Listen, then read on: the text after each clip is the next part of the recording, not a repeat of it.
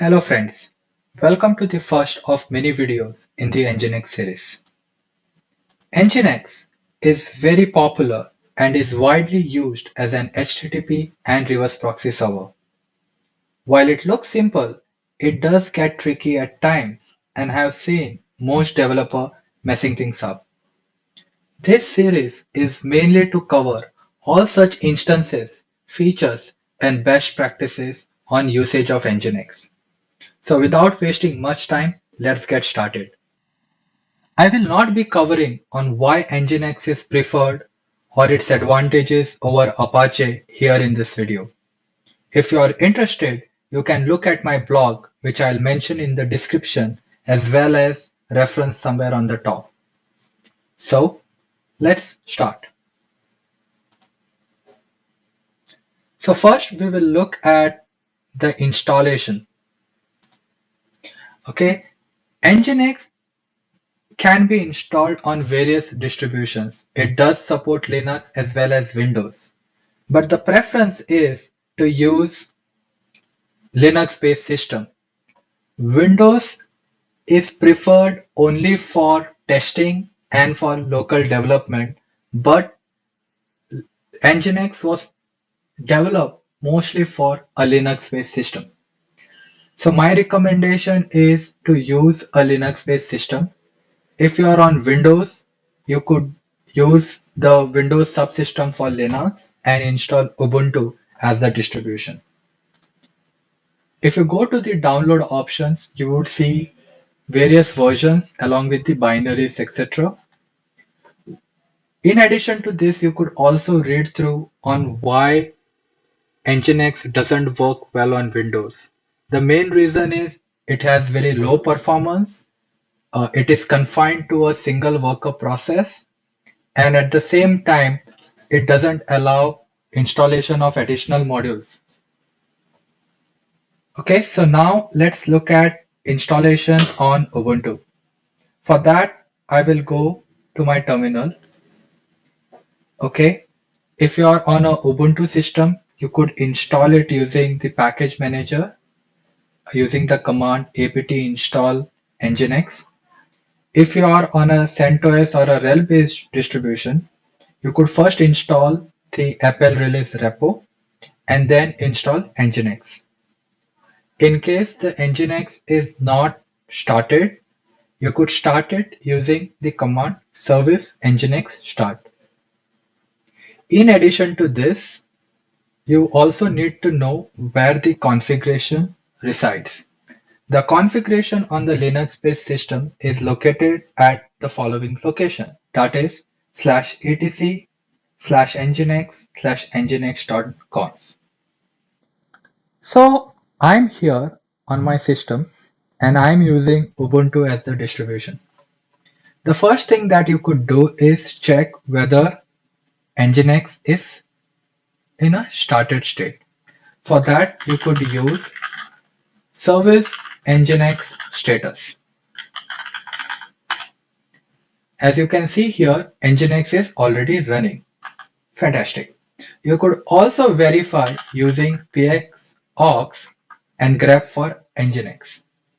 If you notice here, I'm having one master process and there is one worker process at this moment.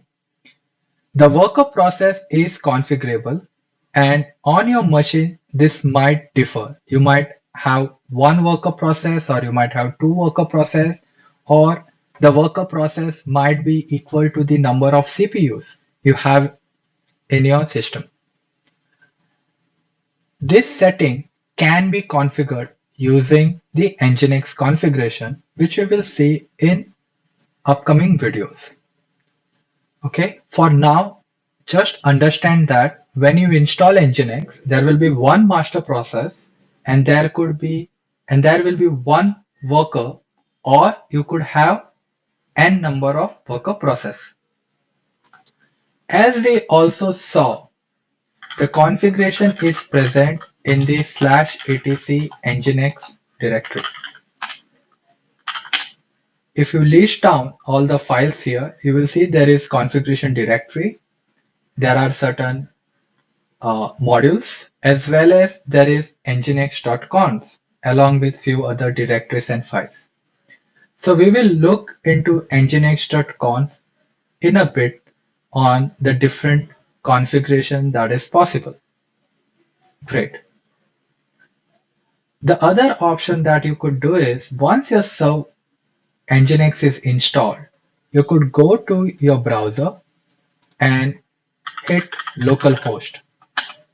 The default Nginx page will be served, and when the Nginx is installed, it is served at the default port, that is 80.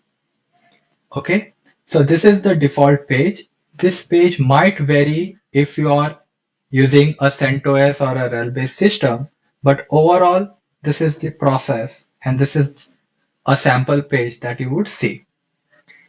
What we will do next is we will look at certain configurations. We will try to serve our own website instead of this default Nginx page. So for that, we will look at something known as a virtual server and the location blocks. Without wasting much time, let's look at this. What I will do first is I'll go to my terminal, okay, and I already have a website placed in my local directory here. So what I will do is I will go to my directory. I have something at this website location. Okay, if you notice, I have three files here. It's a very basic website. It has an HTML file, it has a CSS file, and there is a banner.png.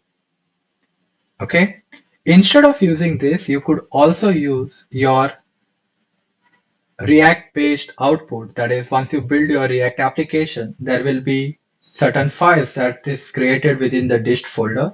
You could also copy them over on your location and you could start serving that. We will see those in the advanced videos we plan for future. But for now, let's stick to a very simple example. Okay, so the first thing what we need to do here is let's try to capture the location where this website is created or the path where I have all these files, because our prime focus here is to serve this website instead of the default Nginx site. Okay, so I'll copy this location, and what I will do next is I will go to the nginx configuration directory and open that in the editor. Okay, so I have this editor open. If you notice, I have opened the entire directory, so we have all the files. We are interested more in the nginx.conf. So what I will do first is I have cleaned up the entire sample configurations that are present when we install nginx. And I have kept just the HTTP block and the events block. Okay, the events block also supports various options like worker connections, etc., which we will see in the upcoming videos. For now, let us just have an empty context here. Okay, if you miss out on this events, your server will fail to start. So this is important that you have an empty event at least while defining your configuration. Okay, so before we look deeper here, let us try to understand two important configuration terms. The first one is the context. Context is nothing but scope. So basically, events is a context, HTTP is also a context, and the outer is called the main context. This context can be nested, and the child context will inherit the properties from the parent context. Okay, so we will see that now when we start defining a virtual server. Okay, so now as we saw that we want to serve a website, and the website will be served on certain domain. It could be xyz.com. So that becomes a virtual server for us. In order to define that, what we can do is we can create a server context. Okay, so we create a server context, and within the server context, we have to define certain directives. Okay, directives are nothing but name value. Basically, you could relate it to a property. The first property or directive that we will see is listen. This indicates that we want our nginx, this virtual server, to listen on a particular port. In this example, I will be having it as 80. Please also ensure that all your commands are terminated with semicolon, else your server will fail to start. Great. So the next directive that we need to use is server underscore name. This is primarily the domain on which you want to serve your website. If your website is served on xyz.com, then your server will be xyz.com. This could be a domain, it could be a subdomain, it could be a wildcard as well, or it could be an IP address.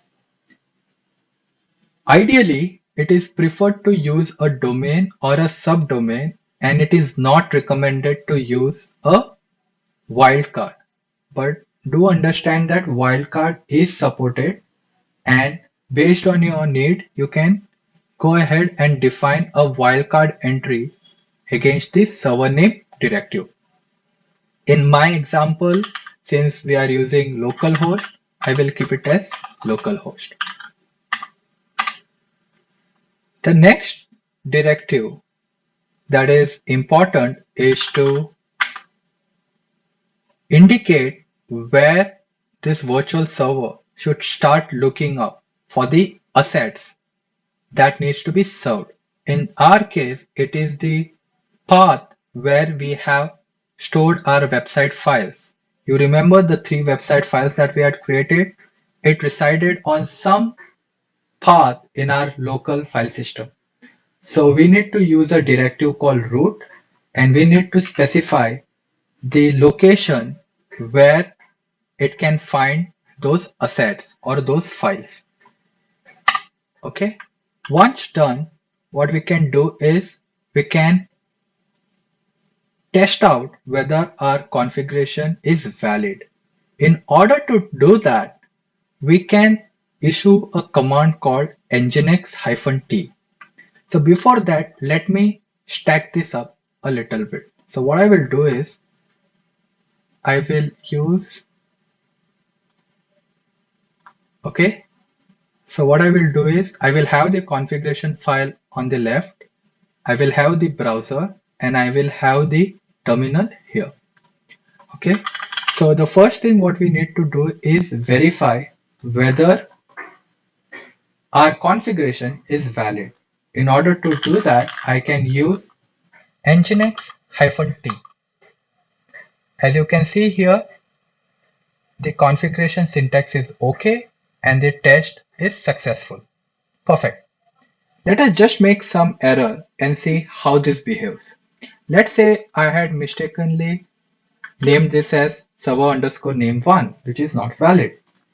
If I run this command again, you notice it indicates that an unknown directive server name in so and so file at line 7, and the test failed. So this command could be very handy in order to validate your configuration file. So I will revert back to the correct one. So we can issue the command again. Everything is good. What we need to do next is reload the configuration.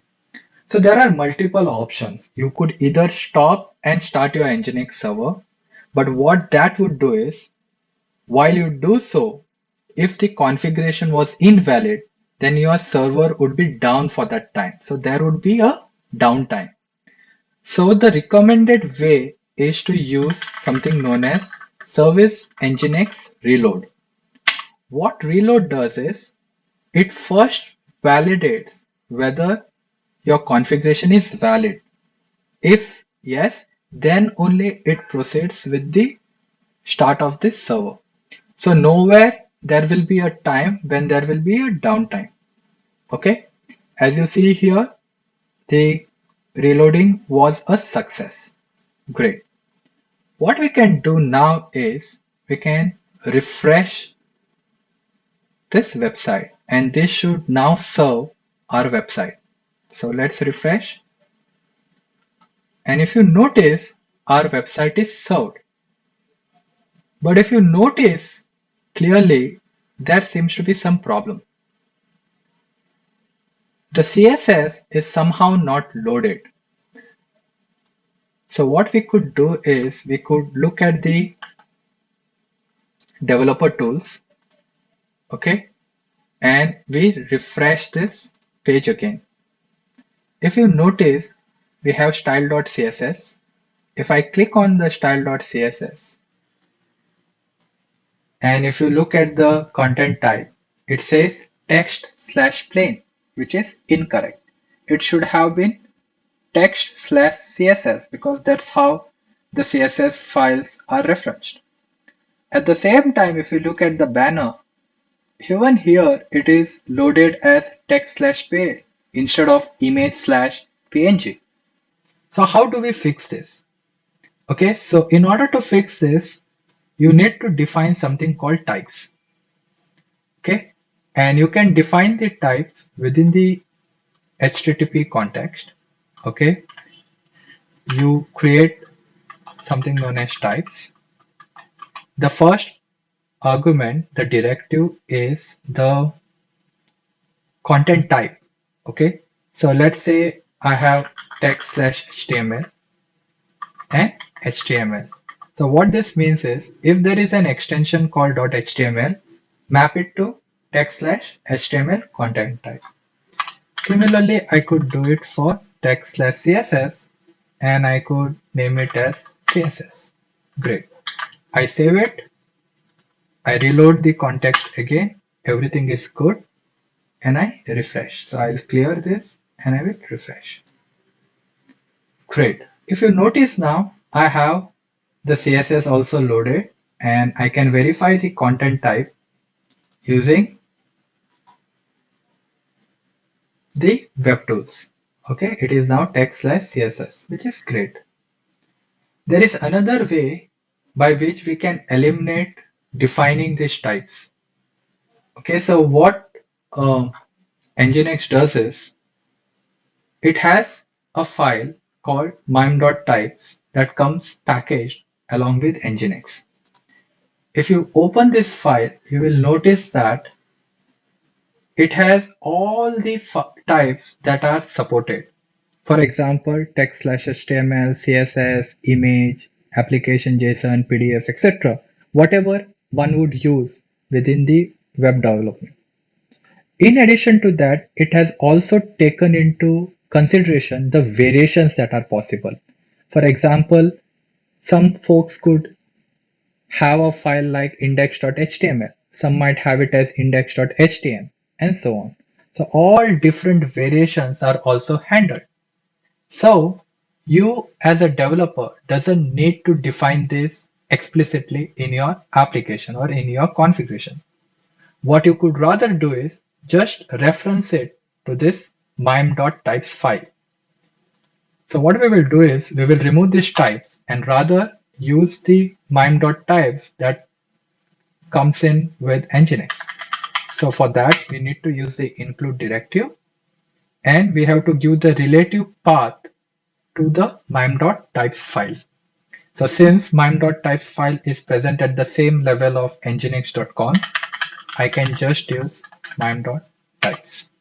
Okay, terminate with semicolon, save your file, reload your configuration and refresh. And you will notice everything is still working. And if you notice the styles.css, it has the right content type. At the same time, banner.png also has the right content type. So great. We are all good here. Cool. So here we saw how virtual server works. The last part in this video, what we will look at is the location blocks. The location blocks is one of the widely used context in Nginx. So for most of the examples and for most of your functionality, you will be using the location blocks. In this video, we will look at the basic configurations, and from next videos, we will look at advanced configurations that are possible with the location blocks. Okay, so